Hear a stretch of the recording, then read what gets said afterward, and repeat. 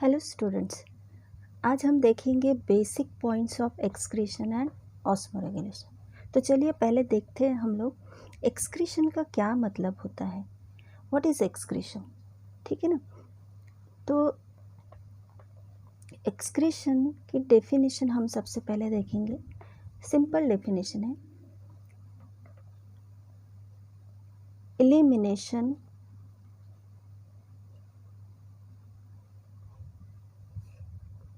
Of metabolic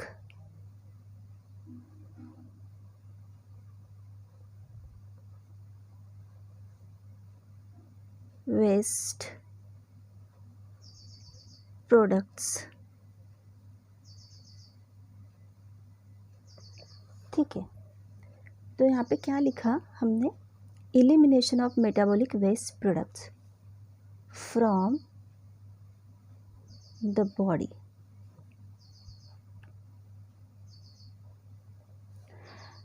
eliminate होना मतलब हमारे बॉडी से रिमूव होना, ठीक है ना। और मेटाबॉलिक वेस्ट प्रोडक्ट मतलब क्या? तो हमारे बॉडी में कुछ मेटाबॉलिक वेस्ट प्रोडक्ट्स तैयार होते हैं इन द सेल, सेल के अंदर तैयार होते हैं, ठीक है ना। इन द सेल मतलब इनसाइड द सेल्स, सेल के अंदर तैयार होते हैं। अब ये मेटाबॉलिक वेस्ट प्रोडक्ट कौन से है? तो these are the nitrogenous wastes products. ये कौन से प्रोडक्ट्स है? नाइट्रोजनस, जिसमें नाइट्रोजन की मात्रा होती है, ठीक है ना। तो ये जो नाइट्रोजनस वेस्ट प्रोडक्ट है, वेस्ट प्रोडक्ट, ये कौन कौन से हैं? तो ये है अमोनिया, यूरिया, यूरिक एसिड, ठीक है। तो जब भी हमारे बॉडी में मेटाबॉलिज्म की प्रोसेस होती है, एक केमिकल प्रोसेस है, ठीक है, metabolism.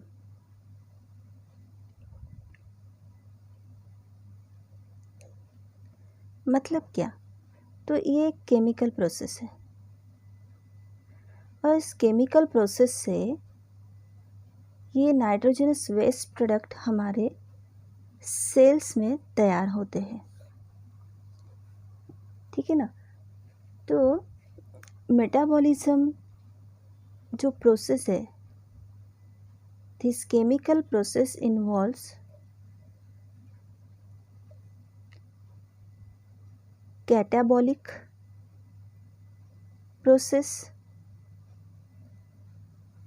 And anabolic process.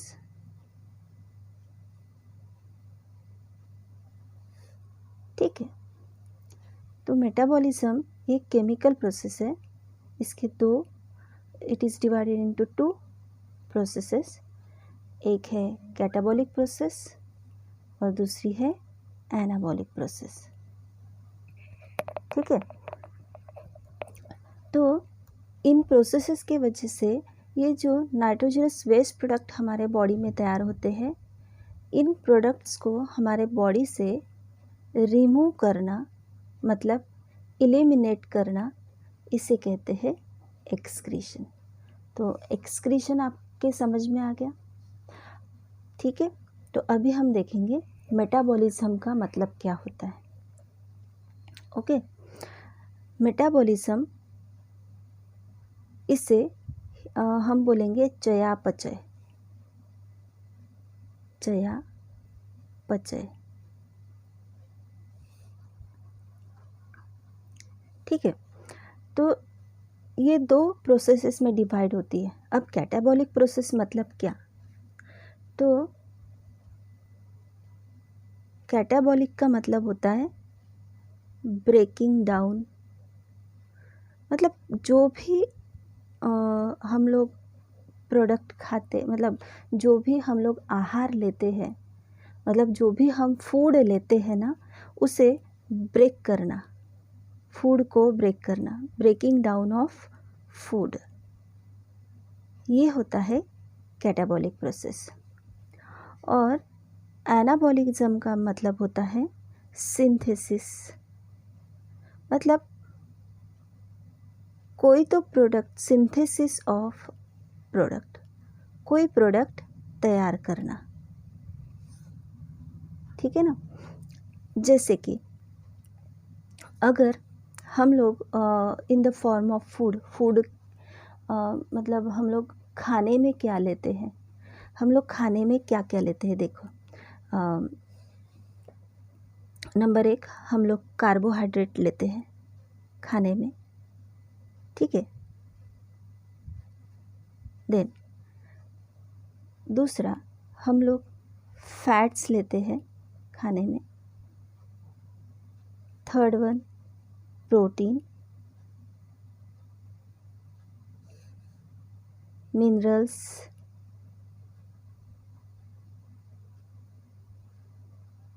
Vitamins, ये सारी चीज़ें हम खाने में लेते हैं, ठीक है। अब कार्बोहाइड्रेट के रूप में हम लोग क्या क्या लेते हैं, carbohydrate in the form of roti, chapati, rice, है ना, रोटी, चपाती, राइस, पोटैटो, है ना, आलू। तो इन प्रोडक्ट्स का इस्तेमाल हम लोग करते हैं in the form of carbohydrate.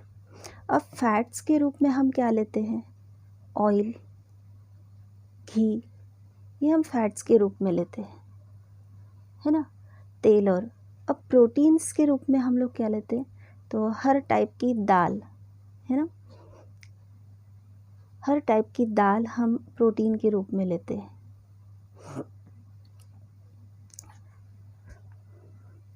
जैसे मूंग दाल, तूर दाल, मसूर दाल, तो दाल के रूप में हम लोग प्रोटीन्स लेते हैं, ठीक है। प्रोटीन्स हम मिल्क के रूप में लेते हैं। जो लोग नॉन वेजिटेरियन होते हैं वो एग्स, मीट, चिकन, इसके रूप में प्रोटीन्स लेते हैं, ठीक है। मिनरल्स हमें वेजिटेबल्स और फ्रूट्स में से मिलते हैं। साथ ही मिनरल के रूप में हम लोग सॉल्ट भी लेते हैं, ठीक है। विटामिन्स भी हमें वेजिटेबल्स और फ्रूट्स से मिलते हैं। तो ये सारी चीज़ें हम लोग हमारे खाने में लेते हैं, ठीक है। तो अभी हम लोग देखेंगे कि कैटाबॉलिक प्रोसेस कैसी होती है। ये एक बेसिक प्रोसेस है। अगर ये प्रोसेस आपके समझ में आ जाती है तो आपको आगे डिफ़िकल्टी नहीं जाएगी, ठीक है। चलो तो देखते हैं अभी हम लोग कार्बोहाइड्रेट जो है ना, इसका क्या होता है आगे, अगर कैटाबॉलिक प्रोसेस उस पर होती है तो, ठीक है ना। मतलब कार्बोहाइड्रेट को ब्रेक करके क्या बनता है, तो सबसे पहले तो हम देखेंगे कि ये सारी चीज़ें हम लोग हमारे खाने में लेते हैं, ठीक है। ओके, देन हम लोग खाने में ये सारी चीज़ें ले रहे हैं, तो इन चीज़ों को हम लोग क्या करते हैं, मुंह में चबाते हैं, है ना, मतलब चबा चबा कर खाते हैं हम लोग। Carbohydrate, fats, proteins, minerals, vitamins, ये सब चीज़ें हम लोग खाते हैं। तो हमारे माउथ में एक ग्लैंड होती है, सलाइवरी ग्लैंड, ये आपको पता ही होगा, लाड़ ग्रंथि बोलते हैं इसे, ठीक है ना, मराठी में लाड़ ग्रंथि बोलते हैं।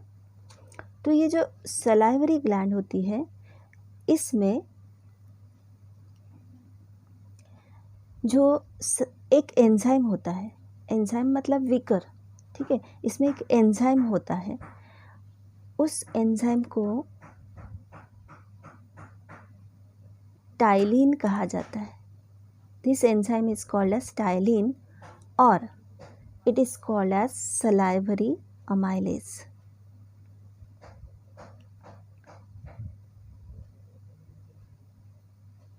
ठीक है, तो इस एंजाइम के नाम आपको याद रखने हैं, टाइलिन या सलाइवरी अमाइलेज। ये हमारे माउथ में होता है। जब हम लोग खाना चबा चबा कर खाते हैं तो ये जो एंजाइम है ना, हमारे फूड में मिक्स हो जाता है, फूड में क्या हो जाता है, मिक्स होता है, और हमारे मुंह में ही डाइजेशन की शुरुआत होती है। So starting of digestion inside the mouth, मतलब डाइजेशन की शुरुआत कहाँ हो रही है, हमारे मुंह में हो रही है। ठीक है ना। तो डाइजेशन स्टार्ट कहाँ हो रहा है, हमारे मुंह में, इनसाइड द माउथ। देन इसके बाद में ये जो फूड है, चबा चबा के एक पेस्ट के रूप में हम इसे तैयार करते हैं। फूड मिक्स होता है और फूड इसके बाद में पेस्ट के रूप में तैयार होता है। बाद में ये जो फूड है हमारे एलिमेंट्री कैनाल में एंटर करता है। एलिमेंट्री कैनाल के पार्ट में, एलिमेंट्री कैनाल मतलब क्या, मतलब हमारी डाइजेस्टिव सिस्टम, अन्न नलिका जिसे बोलते हैं हम लोग। ठीक है। तो एलिमेंट्री कैनाल के कुछ पार्ट्स होते हैं, जैसे ये जो फूड है एलिमेंट्री कैनाल के ये जो फूड है in the form of paste ये तैयार हुआ है। ये फूड सबसे पहले फेरिंग्स में जाता है, उसके बाद में इसोफेगस में जाता है। ठीक है, इसोफेगस में जाता है, उसके बाद जाता है स्टमक में,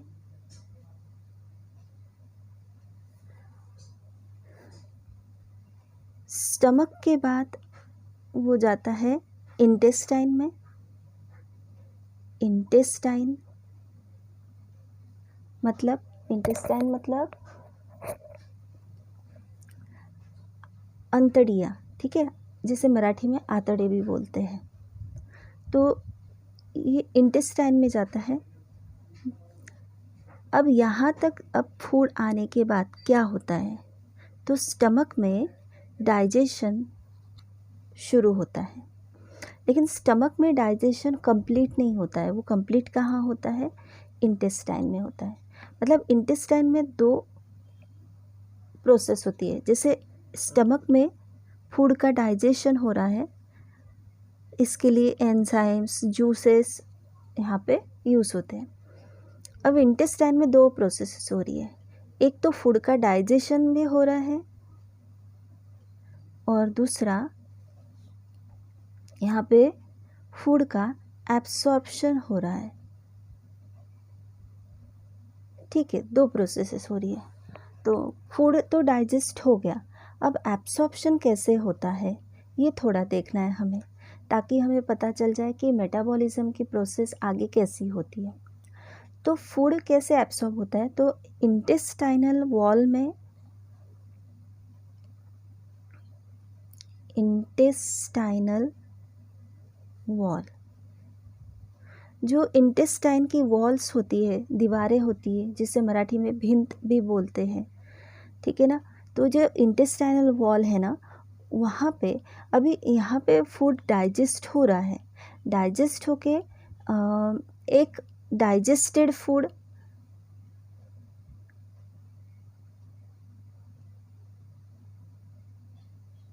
और दूसरा undigested food.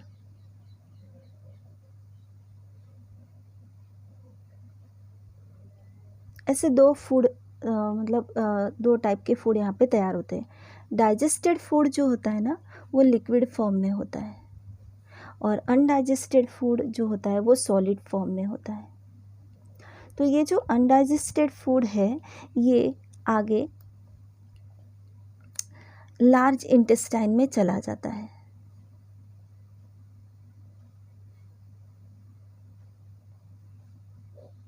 It goes to large intestine. ठीक है, अनडाइजेस्टेड फूड ये लार्ज इंटेस्टाइन में चला जाता है, और बाद में एज अ फीकल मैटर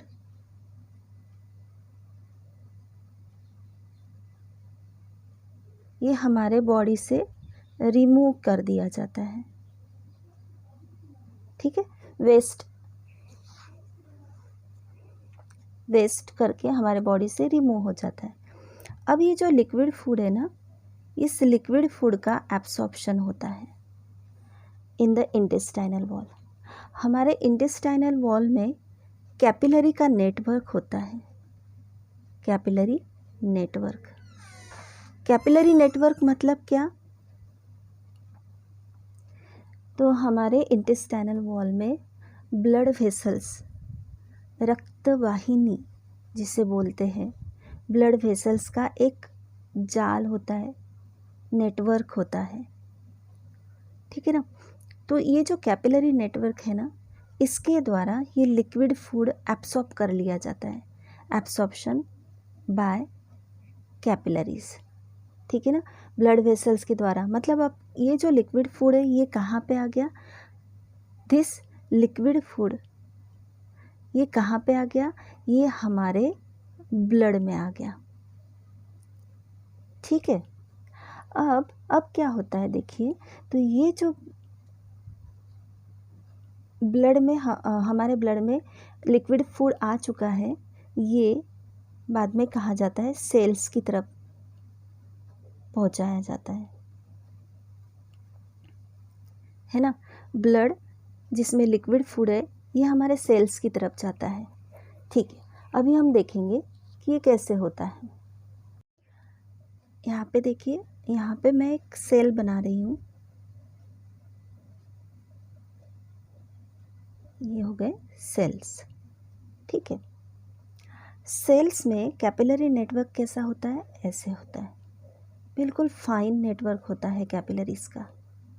मतलब कैपिलरीज और सेल्स इतने नज़दीक होते हैं कि यहाँ पे किसी भी सब्सटेंसेस का टू एंड फ्रो, मतलब इधर से उधर लेना देना होता है, मराठी में जिसे देवान घेवान बोलते हैं, ठीक है ना। तो यहाँ से क्या होता है कि इस कैपिलरी इन कैपिलरीज में, मतलब इन ब्लड वेसल्स में जो भी लिक्विड फूड होगा वो सेल्स को मिलता है।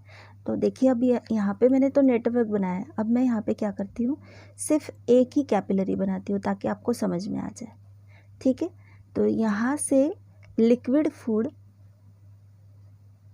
इस कैपिलरी से लिक्विड फूड कहाँ जा रहा है? इस सेल की तरफ जा रहा है। ये लिक्विड फूड सेल में जाता है, ठीक है। सेल क्या करती है? उस लिक्विड फूड को लेती है लेकिन डाइजेस्ट नहीं कर पाती है, ठीक है। तो अब यहाँ पे क्या होगा? कैटाबॉलिज्म। तो यहाँ पे क्या होगा? कैटाबॉलिज्म। मतलब कि ये जो लिक्विड फूड है इसमें जो भी होगा, कार्बोहाइड्रेट होगा, फैट होगा, प्रोटीन, मिनरल्स, जो भी होगा उसे यहाँ आकर उस फूड को ब्रेक करना होता है, ठीक है। फूड मॉलिक्यूल यहाँ पे आने के बाद, ये फूड मॉलिक्यूल समझो, ये फूड मॉलिक्यूल आने के बाद यहाँ आके ब्रेक होते हैं इनटू टू मॉलिक्यूल्स, जिसमें से हम समझ सकते हैं कि एक वेस्ट है और एक यूज़फुल है, एक हार्मफुल और एक यूज़फुल, ऐसे हम लोग समझ सकते हैं। तो यहाँ पे जब यहाँ पे इस फूड मॉलिक्यूल का बॉन्ड ब्रेक होता है, तो बॉन्ड ब्रेक होता है तो फूड मॉलिक्यूल्स दो टुकड़ों में डिवाइड हो जाते हैं, बराबर है। तो बॉन्ड ब्रेक होते से ही यहाँ पे एनर्जी रिलीज होती है,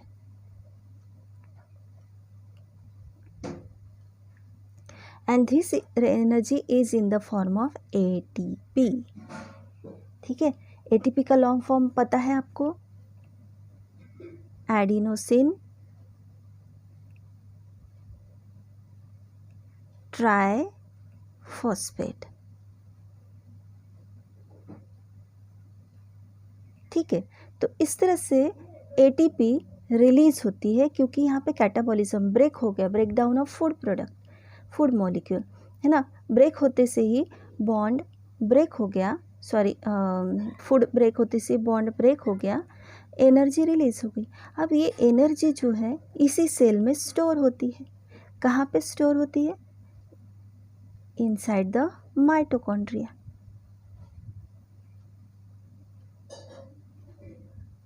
जो एनर्जी हमें मिलती है ना, वो दिन भर के लिए, सुबह से उठते से ही रात को सोने तक जो एनर्जी हमें मिलती है वो एटीपी के रूप में होती है, जो यहाँ पे स्टोर हो जाती है और जब भी हमें ज़रूरत होती है यहाँ से वो सप्लाई की जाती है। ठीक है ना। तो अब समझ में आ गया आपके कि कैटाबॉलिज्म मतलब क्या। ठीक है ना। तो इस तरह से कैटाबॉलिज्म की प्रोसेस होती है और एनाबॉलिज्म की भी प्रोसेस होती है। एनाबॉलिज्म में क्या होता है कि जो फूड मॉलिक्यूल ब्रेक करके यूज़ होता है उसे फिर से बनाया जाता है। जैसे फॉर एग्ज़ाम्पल कि हमने प्रोटीन लिए, हमारे डाइट में हमने अगर प्रोटीन ले लिया, ठीक है, एक एग्ज़ाम्पल मैं बता रही हूँ कि सिंथेसिस कैसे होता है। ठीक है, इस प्रोटीन का पहले ब्रेक डाउन होता है जिसे हम क्या कहेंगे, कैटाबॉलिज्म। ये कैटाबॉलिक प्रोसेस ब्रेकडाउन। तो प्रोटीन का कैटाबॉलिक प्रोसेस होता है तो अमाइनो एसिड्स तैयार होते हैं।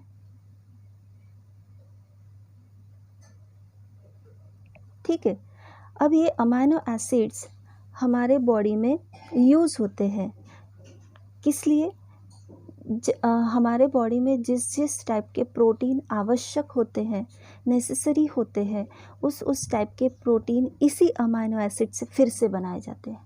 मतलब ये अमाइनो एसिड मिलकर, बहुत सारे अमाइनो एसिड्स मिलकर यहाँ पे होती है सिंथेसिस, जिसे बोलेंगे हम एनाबॉलिज्म।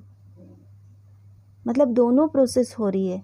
मतलब जो फूड हम लेते हैं वो डायरेक्टली यूज़ नहीं हो सकता है, उसे ब्रेक करना पड़ता है और ब्रेक करने के बाद में उसे फिर से बनाना पड़ता है और बनने के बाद में वो हमारे बॉडी में यूज़ होता है। ठीक है ना। तो यहाँ पे अमाइनो एसिड्स का सिंथेसिस, अमाइनो एसिड्स से बनते हैं फिर से प्रोटीन्स। मतलब हम जिस टाइप के प्रोटीन खाएंगे उस टाइप के अमाइनो एसिड्स बनेंगे और वो अमाइनो एसिड्स हमारे बॉडी में जाकर फिर से वही प्रोटीन बनाएंगे अगर हमें ज़रूरत हो। ठीक है, जैसे कि एक एग्जांपल मैं आपको बताना चाहती हूँ कि प्रोटीन लाइक बायोटिन, बायोटिन नाम का जो प्रोटीन होता है ना, वो हमारे बालों के लिए होता है। ठीक है, ये एक बायोटिन, तो ये जो है, ये अगर जाता है हमारे बॉडी में तो इसके अमाइनो एसिड्स तैयार होंगे और अमाइनो एसिड्स से एनाबॉलिज्म प्रोसेस से फिर से सिंथेसिस होगा बायोटिन का और वो हमारे बालों के लिए यूज़ होगा। समझ में आ गया। तो इस तरह से एनाबॉलिज्म और कैटाबॉलिज्म की प्रोसेस जो है वो हमारे बॉडी में होती है। समझ में आ गया। मतलब क्या कि मेटाबॉलिज्म क्या है, एक केमिकल प्रोसेस है। ठीक है ना, अभी हमने देखा जिसमें कैटाबॉलिज्म, एनाबॉलिज्म, ये दो प्रोसेस इन्वॉल्व होती है। तो इस तरह से अलग अलग टाइप के अगर हम लोग एक्सक्रीशन के पॉइंट ऑफ व्यू से देखते हैं तो अलग अलग टाइप के यहाँ पे वेस्ट प्रोडक्ट तैयार होते हैं बिकॉज ऑफ मेटाबॉलिज्म। सो इसे मेटाबॉलिक वेस्ट प्रोडक्ट बोलते हैं। और मेटाबॉलिक वेस्ट प्रोडक्ट कौन कौन से हैं अभी हमने देखे। मेटाबॉलिक वेस्ट प्रोडक्ट कौन कौन से हैं, याद है आपको? ये है metabolic waste product, ammonia, urea and uric acid. ठीक है ना। अब ये जो मेटाबॉलिक वेस्ट प्रोडक्ट है ये हमारे बॉडी में तैयार होते हैं और ये सारे प्रोडक्ट्स हमारे बॉडी से रिमूव किए जाते हैं किडनी के द्वारा। ठीक है ना। ह्यूमन बीइंग में 2 किडनीज होती है जो इन प्रोडक्ट्स को रिमूव करती है। इतना समझ में आ गया आपके? तो nitrogenous waste, ammonia, urea, uric acid. Salts होते हैं सोडियम, पोटेशियम, कैल्शियम। और गैसेस CO2। फ्लूइड है वाटर। तो ये जो सारी चीज़ें हैं ना, अगर ये सारी चीज़ें एक्सेस हो जाती है,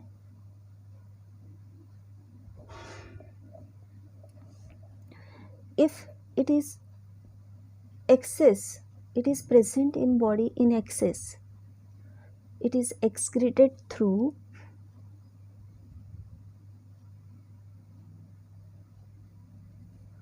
feces and sweat. ठीक है, ये सारी चीज़ें अभी मैंने आपको बताया था कि किडनी के द्वारा एक्सक्रीट की जाती है, जैसे कि अमोनिया, यूरिया, यूरिक एसिड। इसके अलावा फीसेस और स्वेट के द्वारा भी ये एक्सक्रीट की जाती है, ये सारी चीज़ें। ठीक है ना। हमारे बॉडी में कुछ पिगमेंट्स भी तैयार होते हैं, पिगमेंट्स, कलर पिगमेंट्स तैयार होते हैं हमारे बॉडी में। ठीक है ना। तो कौन से होते हैं? बिलीरुबिन है और बिलीवर्डिन है। अब ये किससे तैयार होते हैं? It is because of break down of haemoglobin. Haemoglobin के ब्रेक होने से ये पिगमेंट्स तैयार होते हैं। ठीक है ना। और इसमें से बिलीरुबिन जो है वो फीसेस के द्वारा एक्सक्रीट होता है, तो बिलीवर्डिन जो होता है ये यूरिन के द्वारा एक्सक्रीट होता है। समझ में आ गया? इसके अलावा हमारे बॉडी में अलग अलग टाइप के हम लोग फूड स्टफ्स खाते हैं, जैसे कि हम लोग बीट रूट खाते हैं, है ना। एक एग्जांपल बता रही हूँ मैं आपको। अगर बीट रूट खाते हैं तो इसमें भी रेड कलर का पिगमेंट होता है। ठीक है ना, रेड पिगमेंट होता है। तो ये रेड पिगमेंट अगर हमारे बॉडी में एक्सेस विटामिन्स है, एक्सेस हार्मोन है, एक्सेस ड्रग्स है, मतलब हम लोग जो भी दवाइयाँ लेते हैं, अगर हमारा सर दर्द होता है तो हम दवाई लेते हैं, बुखार होता है तो दवाई लेते हैं, तो उसमें से थोड़ी ही मात्रा में यूज़ होता है, बाकी जो है उसे एलिमिनेट करना होता है। तो अगर ये सारी चीज़ें एक्सेस में हो तो भी हमारे बॉडी से एलिमिनेट कर दी जाती है, ताकि हमारे बॉडी को टॉक्सिन फ्री रखा जाए। ठीक है ना। तो ये समझ में आ गया। साथ ही हम लोग स्पाइसेस भी खाते हैं, है ना, मसाले खाते हैं हम लोग अलग अलग टाइप के, और इन मसालों में वोलेटाइल सब्सटेंस होते हैं। वोलेटाइल सब्सटेंस मतलब उड़ जाने वाले। एक एग्जांपल मैं बताती हूँ। अगर आप कपूर लोगे, कैम्फर अगर लेते हो और उसे खुला ऐसे प्लेट में बाहर छोड़ दो तो क्या हो जाता है? कपूर उड़ जाता है। ठीक है ना। मतलब उड़ जाना मतलब क्या? ये एक वोलेटाइल नेचर है। तो स्पाइसेस भी वोलेटाइल सब्सटेंस है। तो इसमें जो भी प्रोडक्ट्स, ऑयल होते हैं, ये भी हमारे लंग्स के थ्रू एक्सक्रीट हो जाते हैं in the form of gases. ठीक है, समझ में आ गया। अब हमारे बॉडी में कार्बोहाइड्रेट और फैट्स स्टोर हो सकते हैं। कार्बोहाइड्रेट, फैट हमारे बॉडी में स्टोर हो सकते हैं, बट अगर एक्सेस कार्बोहाइड्रेट और एक्सेस फैट है तो वो हमारे बॉडी में स्टोर हो सकते हैं। ठीक है, अगर एक्सेस भी हो तो स्टोर होते हैं। लेकिन अमाइनो एसिड अगर एक्सेस हो जाए तो ये हमारे बॉडी में स्टोर नहीं होते, not store in our body. ठीक है ना। कार्बोहाइड्रेट, फैट स्टोर हो सकते हैं, लेकिन अमाइनो एसिड्स हमारे बॉडी में स्टोर नहीं हो सकते। सो ये जो एक्सेस अमाइनो एसिड्स है, ये amino acids are broken down by process. ये अमाइनो एसिड एक प्रोसेस के द्वारा ब्रेक किए जाते हैं and this process is called as डीअमीनेशन।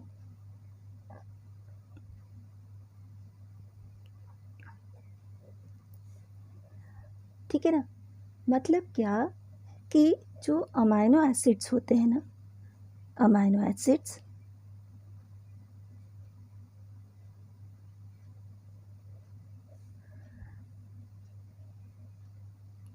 In amino acids में से बाय दिस प्रोसेस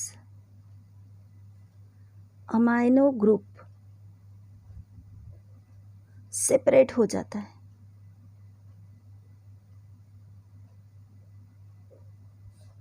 ठीक है, इस प्रोसेस के द्वारा सेपरेट हो जाता है। By the process of deamination amino acid से अमाइनो ग्रुप सेपरेट हो जाता है और तैयार होता है अमोनिया। तो सबसे पहले हमारे बॉडी में अमोनिया तैयार होता है, ये ध्यान में रखना, इनसाइड द सेल। सेल के अंदर सबसे पहले अमोनिया तैयार होता है। ठीक है, और ये जो अमोनिया है ये सबसे पहले तैयार होता है, इसे प्राइमरी एक्सक्रीटरी प्रोडक्ट भी कहते हैं। ठीक है, this is also called as primary excretory product. ठीक है, ये अमोनिया जो होता है ना, इट इज़ हाईली टॉक्सिक, बहुत ही ज़्यादा विषैला होता है, इट इज़ हाईली टॉक्सिक। सो ये हमारे बॉडी में अगर स्टोर होता है तो हमारे लिए बहुत ज़्यादा हार्मफुल होगा। तो क्या किया जाता है कि, और एक बात और मैं आपको नेक्स्ट वीडियो लेक्चर में इसका डिटेल बताऊंगी कि जो अमोनिया होता है ना, it is highly soluble in water. ये पानी में भी ज़्यादा घुलनशील होता है, मतलब सोल्यूबल होता है, मिक्स हो जाता है पानी में बहुत ज़्यादा मात्रा में। सो अगर अमोनिया हमें हमारे बॉडी के बाहर डालना है, निकालना है, रिमूव करना है, तो हमें बहुत ज़्यादा पानी की ज़रूरत पड़ती है। मतलब ऐसे एनिमल्स जो 24 आवर्स पानी में रहते हैं वो अमोनिया एक्सक्रीट करते हैं। हम 24 आवर्स पानी में रहते हैं क्या? नहीं रहते हैं। सो हम अमोनिया एक्सक्रीट कर पाएंगे क्या? नहीं कर पाएंगे। ठीक है ना। तो हमारे बॉडी में क्या होगा, ये अमोनिया लीवर में पहुंचाया जाएगा, है ना। हम लोग क्या देख रहे हैं, एग्जाम्पल ह्यूमन बीइंग। ठीक है, तो ह्यूमन बीइंग के बॉडी में ये जो अमोनिया है लीवर में जाएगा और लीवर में ये कन्वर्ट हो जाएगा यूरिया में। अब यूरिया जो है अमोनिया से कम टॉक्सिक है, कम विषैला है। ठीक है ना। तो यूरिया फिर किडनी की तरफ पहुंचाया जाता है और किडनी के थ्रू फिल्टर होके ये हमारे बॉडी से रिमूव हो जाता है। तो समझ में आ गया।